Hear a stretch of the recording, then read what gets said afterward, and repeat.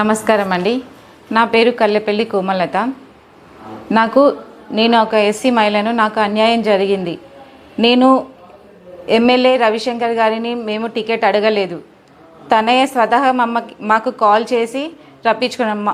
మా ఆయనకి మా మామయ్యకి ఫోన్ చేసి మరీ రప్పించుకొని హామీ ఇచ్చిండు. ఏమని, లాస్ట్ టైం మీకు మాట ఇచ్చి తప్పాను, సో ఈసారి మీకు కంపల్సరీ ఇస్తాము అనేసి అంటే మేము నమ్మకంతో మాకు వేరే పార్టీ నుంచి కాల్స్ వచ్చినా కూడా వద్దనుకొని మాట మీద కట్టుబడి మేము ఉన్నాము. కానీ ఆ మాట తను నిలబెట్టుకోలేకపోగా మేము హామీ ఇవ్వలేము, వాళ్ళు మా పార్టీ వాళ్ళు కాదు అని. మేము పార్టీ వాళ్ళు కాకపోతే మా దగ్గరికి ఎందుకు వచ్చారు, మాకు ఎందుకు ఫోన్ చేశారు, మాకు ఎందుకు హామీ ఇచ్చారు? నా దగ్గర వాయిస్ ప్రూఫ్స్ ఉన్నాయి అన్ని. ఆయన మా హామీ ఇచ్చినవి రమ్మన్నది, నేను వాళ్ళని పిలిపించుకోలేదు అని అంటున్నాడు.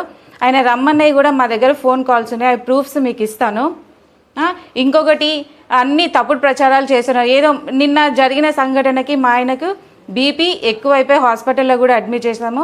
మమ్మల్ని ఇంట్లో ఉన్న వాళ్ళనే తీసుకొచ్చి బయట వేసిండు, మమ్మల్ని హాస్పిటల్ పాలు చేసిండు. అదిగాక మమ్మల్ని ఇంకా వేరే విధంగా కూడా మమ్మల్ని టార్చర్ చేసిండు. ఏమని తప్పుడు ప్రచారం చేస్తున్నాడు, ఏమని వాళ్ళను పిలవలేదు, మా పార్టీ కాదంటున్నారు.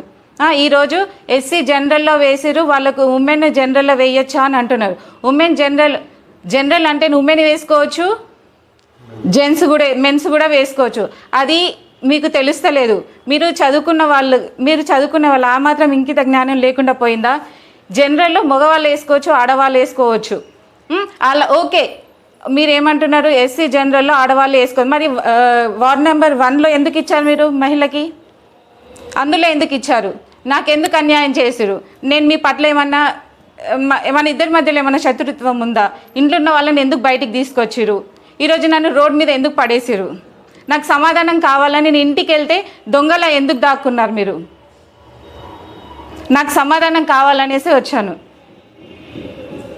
ఫోన్ చేస్తే ఏమంటున్నారు? ఫోన్ చేస్తే రెస్పాండ్ అవ్వట్లేదు. కలవడానికి ప్రయత్నం చేశాను, అయినా కూడా రాలేదు, కలవలేదు. ఇప్పుడు అన్ని తప్పుడు ప్రచారాలు చేస్తున్నారు. మేము పిలవలేదు, మేము హామీ ఇవ్వలేదు అని. మా దగ్గర అన్ని ప్రూఫ్స్ ఉన్నాయి, రికార్డింగ్స్ ఉన్నాయి, మీకు ఇస్తాను, మీరు వినిపించండి. ఆయన తరపున ఎవరైనా మీతో మాట్లాడడానికి వచ్చారా? మాట్లాడారు, ఉన్నారు కదా, ఉన్నారు 4-5 ఉన్నారు. వాళ్ళ ముంగటనే మాకు హామీ ఇచ్చారు. ఇప్పుడు వాళ్ళ పేర్లు నేను చెప్పేటప్పుడు చెప్తాను, కానీ ఇప్పుడు చెప్పాను. పెద్ద మనుషుల ముందే 4-5 ముందు మాకు హామీ ఇచ్చారు. వాళ్ళకు కూడా ప్రతిరోజు ఫోన్ చేసుకుంటా మీ వర్క్ మీరు చేసుకోండి, మీకే టికెట్ కన్ఫర్మ్ అనేసి ప్రతిరోజు చెప్తున్నారు.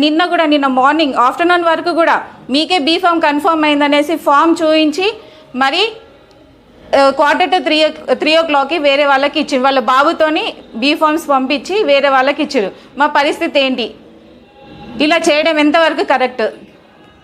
ఎందుకు మమ్మల్ని ఇంట్లో ఉన్న వాళ్ళని బయట వేసారు? మళ్ళీ ఇప్పుడు ఎందుకు తప్పుడు ప్రచారం చేస్తున్నారు? మా చావేదో మేము చేస్తున్నాం. ఆయనకు నిన్న బీబీ ఫ్రాక్చర్, డ్రైవింగ్ చేసేటప్పుడు మొత్తం చల్ల చెమటలు వచ్చేసి ఏదో అయితే హాస్పిటల్ అడ్మిట్ అయినామో మా పని ఏదో మేము చేసుకుంటున్నాం. మళ్ళీ ఈరోజు ప్రెస్ మీట్ పెట్టి అనవసరంగా మమ్మల్ని ఎందుకు చేస్తున్నారు? మళ్ళీ తప్పుడు ప్రచారం ఎందుకు చేస్తున్నారు? సమాధానం చెప్పండి. మీరు మమ్మల్ని ఎందుకు రమ్మన్నారు? ఎందుకు ఇలా చేస్తున్నారు? మేము మీ పట్ల ఏమైనా అన్యాయం చేసాం? మేము టికెట్ కావాలని మాకు మార్కెట్ చైర్ కమిటీ కూడా ఇవ్వకపోతే మేము ఎప్పుడైనా మీకు కాల్ చేసామా? మాకు ఎందుకు ఇవ్వలేదని మేము కాల్ చేసామా? మేము మీ దగ్గరికి వచ్చామా? మా పని ఏదో మేము చేసుకుంటున్నాము. మా బ్రతుకులు ఏదో బ్రతుకుతుంటే మాకు ఫోన్ చేసింది మీరే కదా. ఆ కాల్ రికార్డింగ్స్ కూడా ఉన్నాయి, మీకు పంపిస్తాను, చూడండి. మీరు ఎప్పటి నుంచి పార్టీలో ఉంటున్నారు? మాకు పార్టీ, మా మామయ్యకి పొలిటికల్ ఉంది, కానీ మాకు ఎలాంటిది లేదు.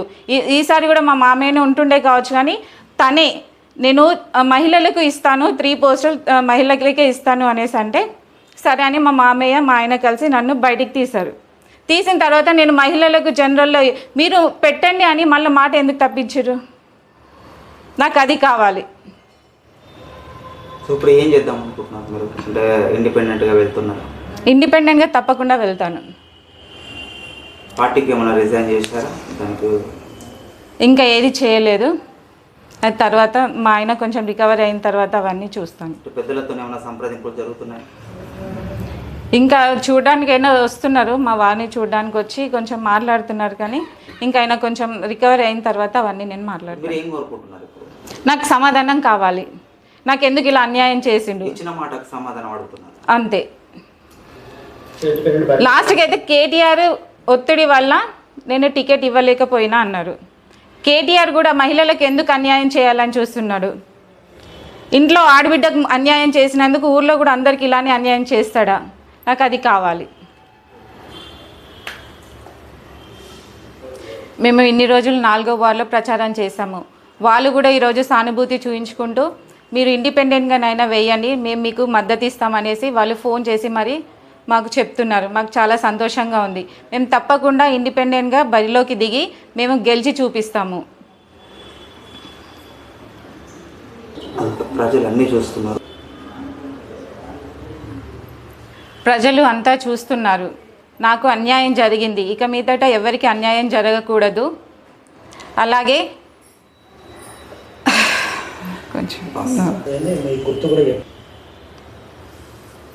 ప్రజలారా, అన్యాయాన్ని గుర్తించి మీరు న్యాయంగా ముందుకు వచ్చి మమ్మల్ని గెలిపిస్తారని కోరుకుంటున్నాను.